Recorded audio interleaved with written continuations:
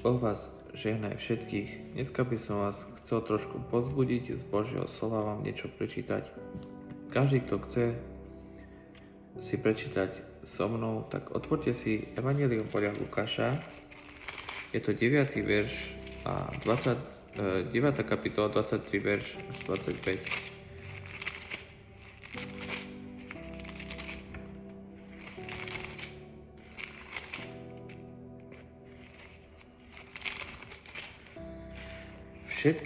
Všetkým povedal, kto chce ísť za mnou, nech zaprie sám seba, vezme každý deň svoj kríž a nasleduje ma. Ešte raz vám prečítam.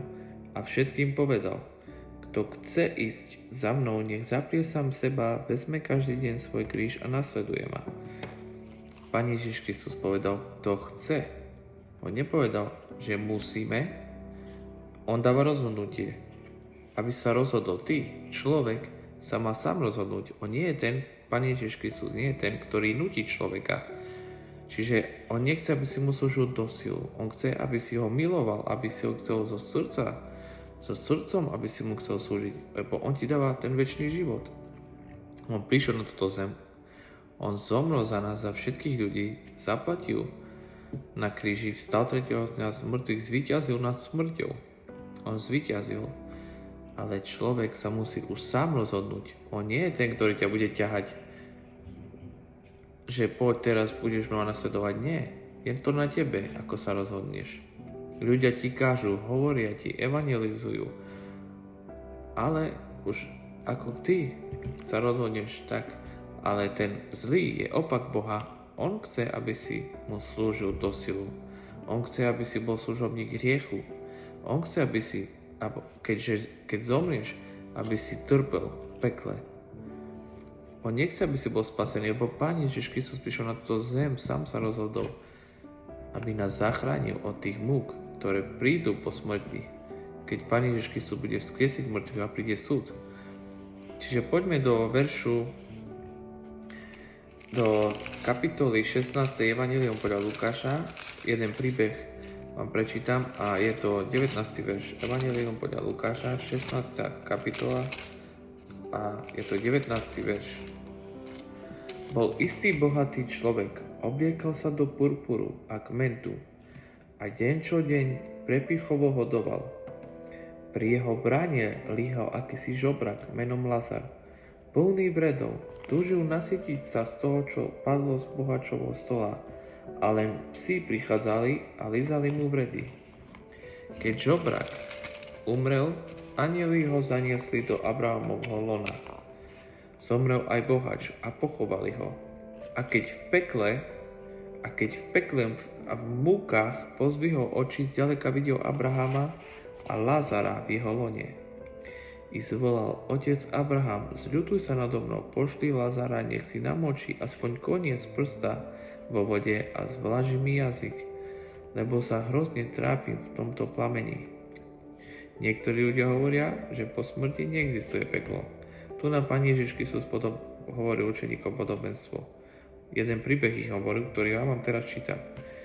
Bol jeden bohatý človek.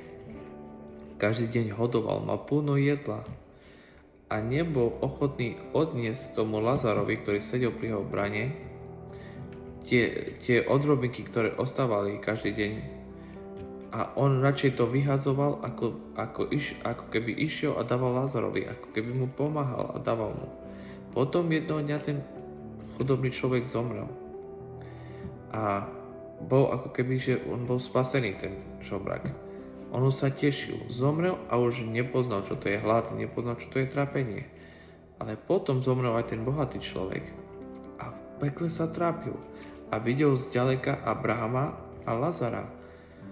V diaľke ich videl, z pekla ich videl, ako sa trápil a povedal, pošli, otec Abraham, zľutuj sa nado mnou, pošli Lazara, nech si namočí aspoň koniec prsta vo vode a zvlaží mi jazyk, také mu bolo horúco, takto sa trápil, také múky prežíval. A potom ideme ďalej. No Abraham povedal, synu, spomeň si, že si dostal všetko dobré za svojho života a Lazar zasa iba zlé. Teraz on sa tu teší a ty sa trápiš. A okrem toho je medzi nami veľká priepasť, takže nič, čo ako by chcel, nemôže prejsť odtiaľto k vám, ani odtiaľ preskočiť k nám. To povedal, prosím ťa, oče, pošli ho do domu môjho otca, mám totiž 5 bratov. Nech ich zaprisahá, aby sa nedostali ani aj oni tu na toto miesto múk. Potom povedal, prosím ťa, oče, pošli ho, aby poslal Lazara ešte raz na zem, aby varoval jeho bratov. Mal ešte 5 bratov, aby sa nedostali na toto miesto, kde je on. A takisto nás, Pán Ježiš Kristus, jeho služobníkov, učeníkov, ktorí chodíme po Božej pravde, žijeme podľa pravdy, čítame Božie slovo, slúžime Bohu, chceme mu slúžiť, so srdcom mu slúžime, varujeme ľudí. Na to sme znovu zrodení, sme sa rozhodli žiť pre Pána Ježiša Krista, aby sme kradli od Satana a niesli Bohu do nebeského kráľovstva. Lebo Satan je ten, ktorý ničí, dokonca chce, aby človek trpel. Že aj keď zomrie, aby bol v pekle, tam aby trpel, tam už záchrana nebude. Už zdarmo budeš prosiť o odpustenie. Už nič, ty si sa takto rozhodol.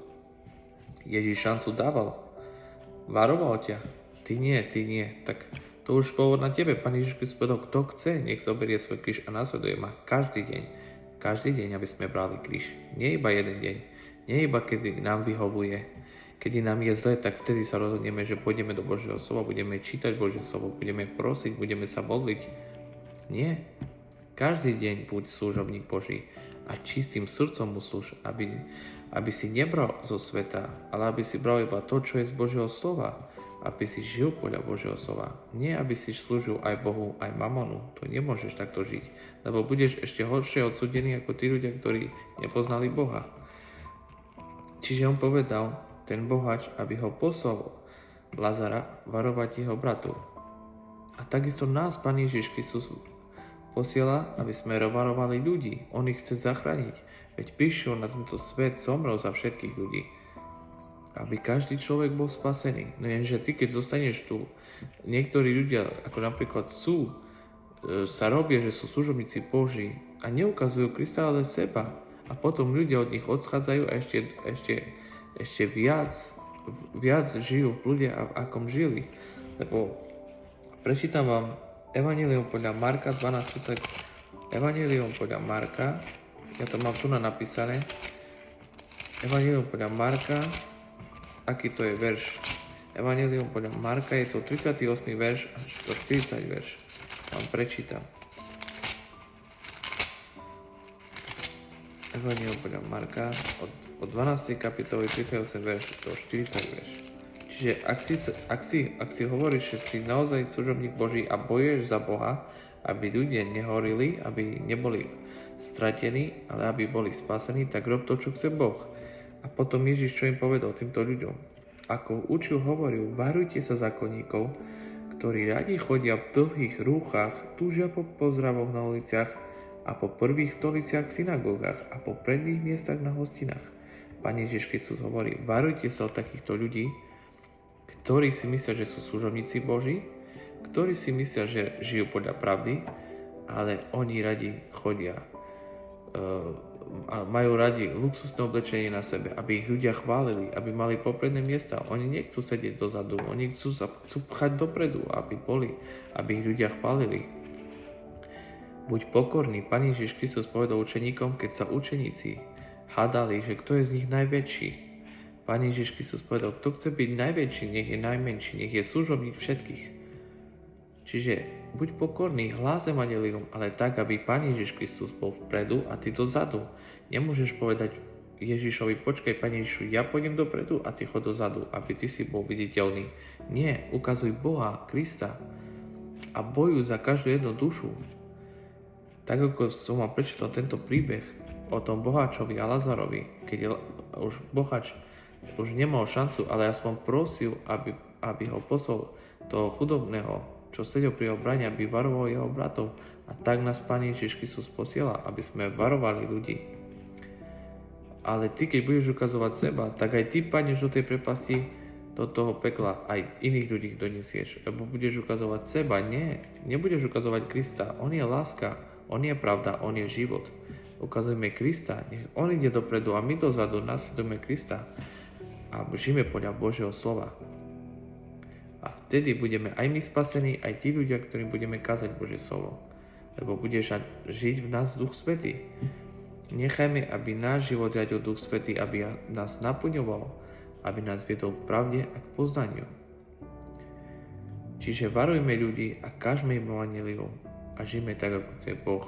Lebo každý z nás, ktorý slúžime Bohu, je to jedno, aký zbor. Alebo aká to je, konsolidácia, alebo čo to je. Všetci sme bratia a sestry v Kristovi. Je to jedno, aká organizácia, alebo aký zbor. Keď naozaj žije v tebe Duch Svätý a žije aj v tom bratovi Duch Svätý a v tej sestre žije Duch Svätý, sme bratia a sestry v Kristovi. Jednomu Bohu slúžime, jednoho Boha chválime. Jedného Boha, nemáme viac Bohov, jeden Boh. A jednému Bohu slúžime všetci. Ak chceme, aby ľudia boli zmenení, ale neukazujme seba, ale Krista. Nech je Boh s vami, nech jeho duch vás vedie k pravde a k poznaniu. A začnite čítať Božie slovo a žite podľa Božej pravdy. Nech je Boh s vami. Mene moc, meno Ježiš Kristus. Amen.